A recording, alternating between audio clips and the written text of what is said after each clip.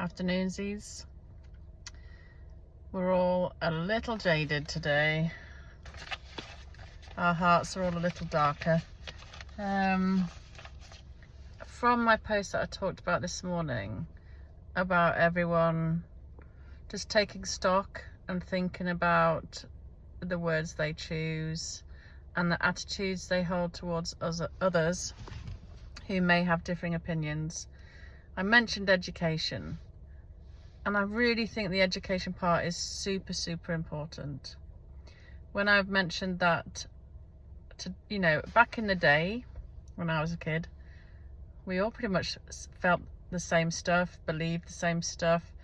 We had very Christian kind of ethics and rules, and prayers before lunch, and the Lord's Prayer in assemblies, and we did have the British flag.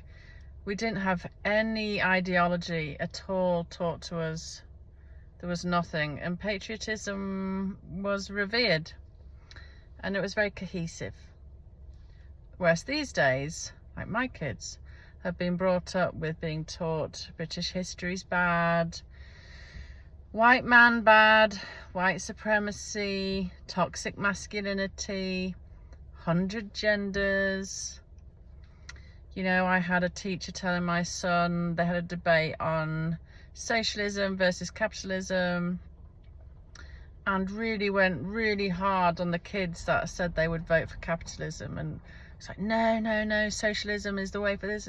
Just so not teaching, but indoctrinating.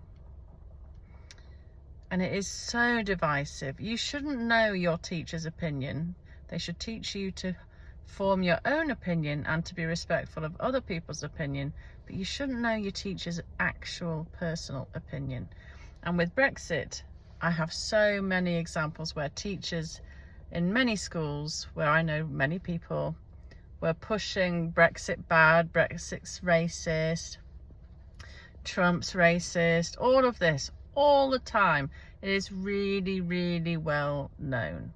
Like, not even long ago, a young man, I think, at a school was punished for openly supporting reform. This is where we're at with education today. In many examples, state specifically, they are little indoctrination camps, and we have to recognise that. Imagine schools going back to places that just taught your subject matter and only taught facts and science and focused on maths and English and sports and healthy attitudes, taught can-do stuff, taught, the art of failing, but failing forward and learning from every failure, equipping kids with skills, whether that's cooking, sewing, woodwork, machinery, like with cars, monetary skills with finance and accounting, and then just brought people back together under, I know many people go, I'm not Christian, but this country is Christian cultural based.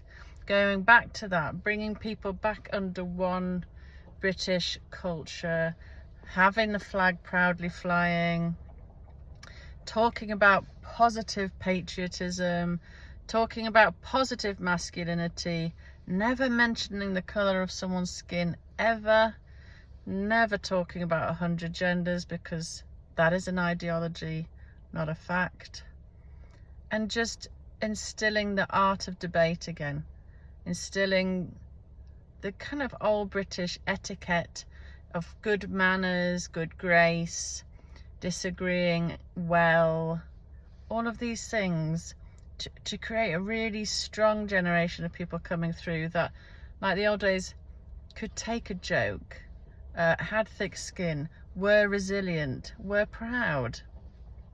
Because similarly, with all of that, the whole stuff again is linked to all sorts of negative things, whether it's giving people more opportunities in the workplace because of the colour of their skin, or the fact we're seeing record low numbers join the military because so many have been taught masculinity is bad and patriotism is bad.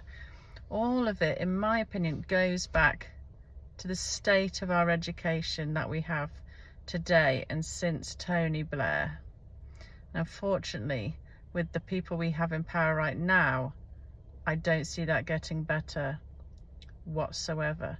But that is what needs to happen to bring back a cohesive, strong society of people that can cope with alternative views and can cope with difficulties.